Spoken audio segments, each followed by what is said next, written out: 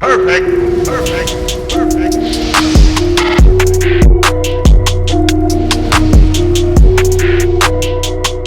What is going on, everybody? I go by RB, and this is Philly Take with RB. Like always, if you're enjoying the content of the channel, be sure to smash that like button for me. Hit that subscribe if you're new, and ding that notification bell so you're instantly notified whenever I upload or go live. And today, we are back to discuss Week 4 Philadelphia Eagles, San Francisco 49ers, Sunday night primetime football. And this is going to be a very interesting one.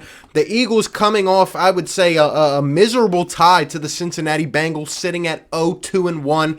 San Fran coming off a rout of the New York Giants with a backup quarterback. They're sitting at 2-1.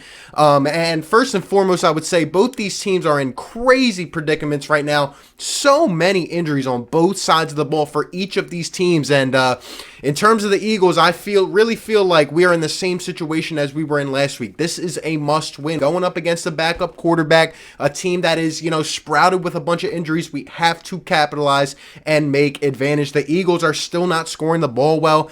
We put up 20 for the first time last week. We got 23 points. We still have only put up a combined 13 points in the second halves of games. It's not going to work. It's not going to be enough. When we can't even, force turnovers, our offense can't get in a rhythm. Carson Wentz still not playing well, and Doug Peterson kind of seems hopeless and lost right now. But we got to pick it up. If there's one team that has dealt with adversity well over the last few years, it's the Philadelphia Eagles. We have to make use of this situation. There were so many injuries on the report yesterday, and today, only one active wide receiver, Greg Ward, was on the field today practicing. JJ was out. Deshaun Jackson was out. Alshon, we don't know if he's coming back. I would doubt it this weekend. It's possible, but I would doubt it. Quez Watkins is expected to finally make his first NFL appearance, which is good. We need that vertical speed on the outside. John Hightower was down today. And just going throughout the positions, Avonte Maddox is out. Or, third string cornerback at this point, Trevor Williams, he's also out. Dallas Goedert's on IR. So the injuries just stack up. But on the terms of the 49ers side, they're not going as well either. Jimmy G didn't practice yesterday. I don't think he's going to end up playing this game. Raheem Mostert's out.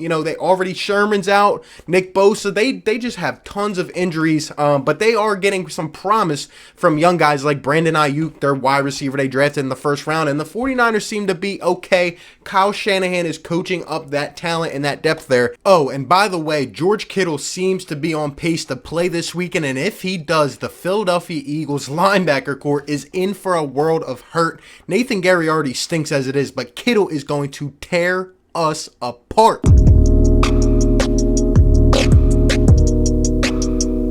Really, it's so simple for me for the Eagles to go out and win this game. Will Jim and Doug see it the same way? I don't know. But my first key of the game is less of Carson, more of Miles. Now, I'm not saying to completely take Carson's arm out of the equation. Carson should still throw the ball 30, 35 times. I think Carson needs to get in that rhythm. He needs to have a better game plan. He needs to not make dumb decisions with the football, all right? It's at this point, I'm almost expecting interceptions from Carson Wentz, and it shouldn't feel that way. A guy that averages 7 a year should not be throwing this many interceptions.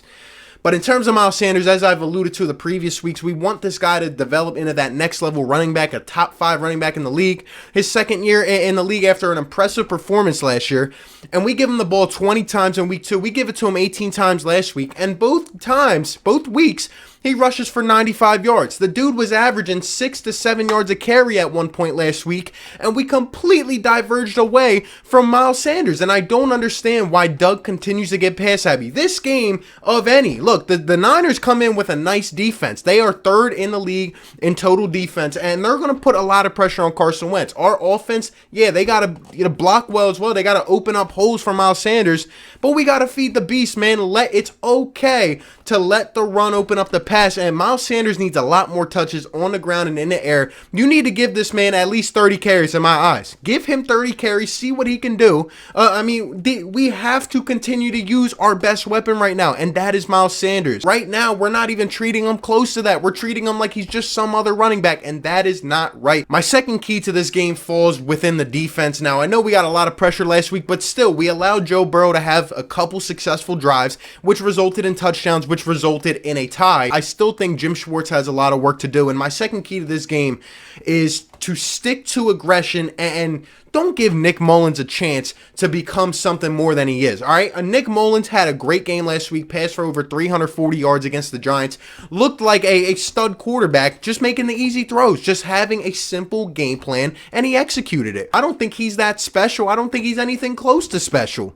And I don't think the Niners think that either, but they're going to keep it simple. In terms of Jim Schwartz, you can't let this guy get in a groove and start off 9 for 9 in the game. It cannot happen, and you got to bring pressure. These quarterbacks, guys like this, they will simply get rattled if you bring pressure. Look, Jim Schwartz, and one thing I know from watching Jim Schwartz over the years is that when a guy goes down a major piece or some of your personnel just starts to go down, or even early in the game, when your personnel is getting torched, Jim Schwartz immediately reverts to soft coverage, all zone, sticks defense, and that's just what he lives or dies with. But no, we have Darius Slay, one of our few bright spots, a guy who has been showing up every single week.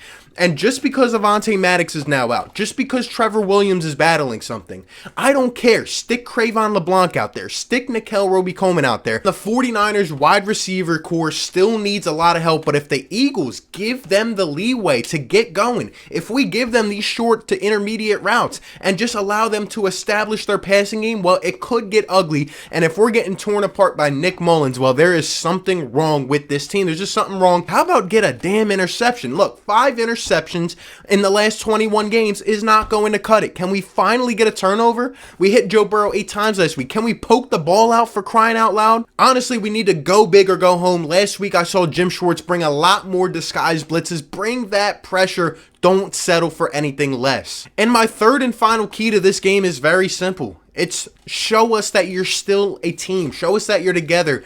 Give us a sense of life. Show us that you want to compete this year. Look, not a lot of teams can say that they're 0-2-1 and a half game out of first place. Well, why don't you come out and get a convincing win? Give us a sense of life as the Philadelphia Eagles fan base. Why don't you step up and make the big plays in the big situations? Cincinnati tried to relentlessly give us that game last week, and we didn't take it. Take advantage of your opportunities. Go out and execute and just make it easy. If the 49ers are committing silly mistakes, don't allow the Niners to get back into it. Take advantage. Get a lead. How about we get a lead and score some second half points and kind of run away with one? We never seem to do that. Every game has to be a heart attack. We got to realize the situation that's at hand here, whether it's Doug, Carson, or whoever. The leaders need to step up and be vocal. We need to light a fire into this team. And how about display some good body language? No throwing your helmet on the sideline. No just staying quiet. Our leaders need to step up, and really, we just need to show the world that we can still at least compete as a football team, or else, like I said, it's going to get ugly this week. So for my 2 standout Eagles this week, obviously one is going to be Miles Sanders. I think this is finally the game. Can Doug finally realize all the attention from the media, whether it's, his internal senses or external or whatever? Someone's got to get it into his head, whether it's one of the 24 assistants. Run the ball, all right? Give Miles Sanders, like I said, feed the beast. Let us see what he can do with a full workload. He's not fatigued. He's not injured, all right? He showed up on the injury report. He'll be fine. Give Miles Sanders a plethora of carries. Let the man go to work. Simple as that. And for my second standout Eagle, I'm actually going to do something a little bit different. Instead of a player, how about Doug Peterson? Yeah, that's right. Doug Peterson does not get excused for any of the blame here. He has been terrible so far. Nothing like the 2017 Super Bowl, Doug. Trust your instinct, trust your gut, and don't get away from what works. Don't continue to get away from Miles Sanders and let Carson throw the ball 25, 30 times in the second half. It cannot happen. Utilize your weapons to the best of your ability. And now with a lot of guys out, we've seen what you're able to do before, Doug. Simplify the playbook and get us into the best situations possible. I say Doug Peterson coaches his best game of the year, and I'm hoping so because we need it.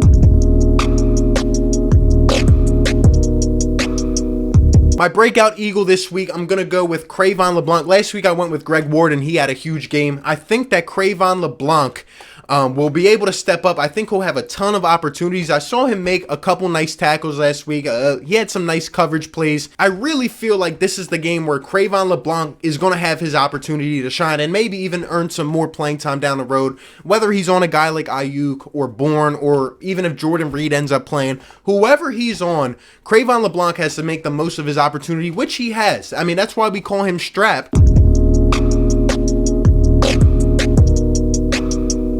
And for this week's hot take, man, you already know where we have to go. I have two things to say for this. Number one, man, the Eagles finally get an interception. I say not even just an interception, but a pick six. I say someone we might not even expect is going to run one all the way back. I'm tired. Like I said, 5 interceptions in the last 21 games is not going to cut it. The Eagles continually lose the turnover battle. How about we come out and pick Nick Mullins off early, get some pressure, force him into a bad throw, read one, and pick it off and run it all the way back. I'll say we get a pick six, and I'll say that Carson Wentz finally plays a good structured game and doesn't throw 2 interceptions this week. I mean, he cannot. He's on the verge of almost losing the entire fan base and maybe even losing his job in a few weeks if he does not pick up the sloppiness. Perfect. I think this is going to be a very low-scoring game because I think the Eagles' pass rush is going to play well again. I think as long as Jim Schwartz doesn't revert to solely zone defense, I think the Eagles are also going to have a nice defensive game. I don't expect Nick Mullins to come out and ball like he did against the Giants because simply the Eagles, I mean, even though it might look like it on paper, we are not the Giants defense, okay? We are not that bad.